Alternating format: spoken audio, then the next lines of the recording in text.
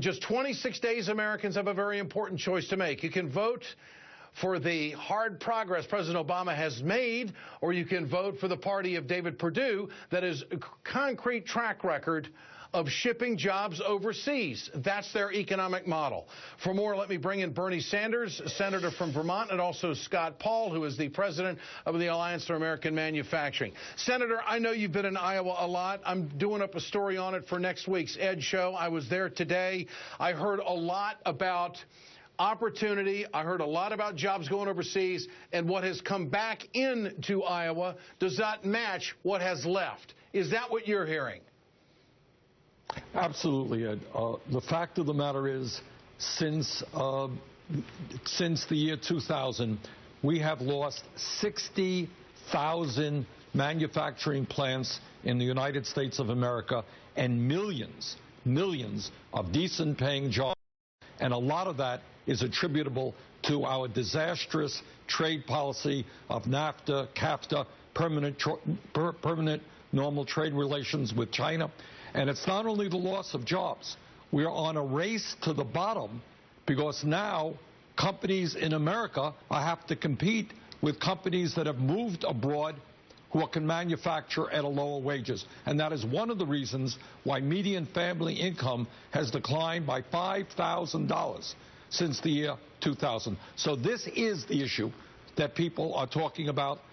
In my view, everything that I hear is people want us to transform our trade policy, demand that corporate America start reinvesting in the United States of America and not in China. And I find it very hard to believe that a candidate like Mr. Perdue could actually be proud of helping to throw American workers out on the street and move plants abroad. That's nothing to be proud of. Scott Paul, the president is making the case that manufacturing has bounced back. President Obama says that big progress has been made in manufacturing. Is that true? Do you see it that way? We've made some progress, Ed, and certainly we've seen more progress in manufacturing jobs than we have any time since the early 1990s. Senator Sanders has correctly identified the biggest impediment to further manufacturing job growth, which is our trade deficit. We had a record trade deficit with China last year. We have continuing high trade deficits with countries like Japan. And I think this attack that Michelle Nunn has lodged will have some power. If you rewind the tapes to 2012, think about the Romney-Obama campaign. One of the most powerful images from that campaign was ad that included Bain Capital's outsourcing of jobs in states like Indiana. It was actually recorded as the most powerful spot of the election cycle.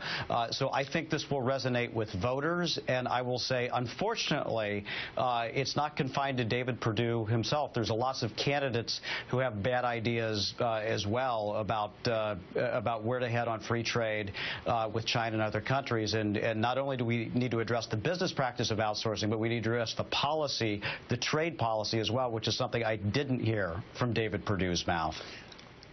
Senator, Ebola and ISIS have sucked a lot of oxygen out of the room, grabbed a lot of attention, yet when you go to the middle of the country, you still hear about jobs.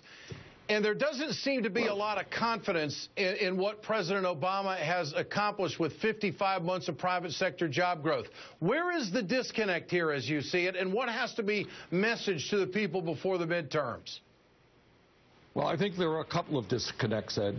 First of all, the corporate media, unfortunately, is not terribly interested in what happens to the American working class. Just not all that interested. Not a lot of discussion about trade, about raising the minimum wage, about pay equity, about growing income and wealth inequality. That's just not what they're interested in.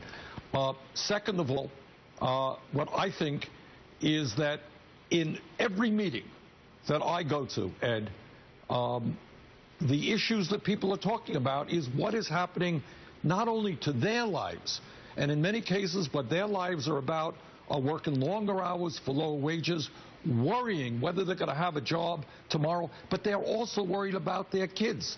What kind of economic life are their kids going to have? Are there going to be decent paying jobs for their kids?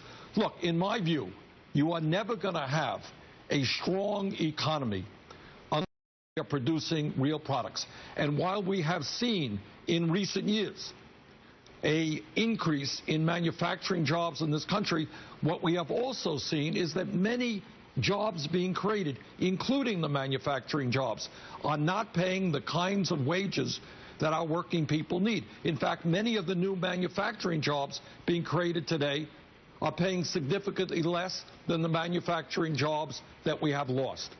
So I think while we are much better, and I think nobody can deny this, economically today than where we were 6 years ago, the reality is that the middle class continues to decline.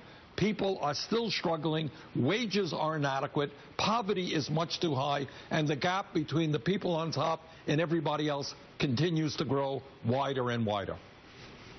Senator Bernie Sanders, Scott Paul, Alliance for American Manufacturing. Good to have you gentlemen with us tonight. I appreciate it so much. Thank you.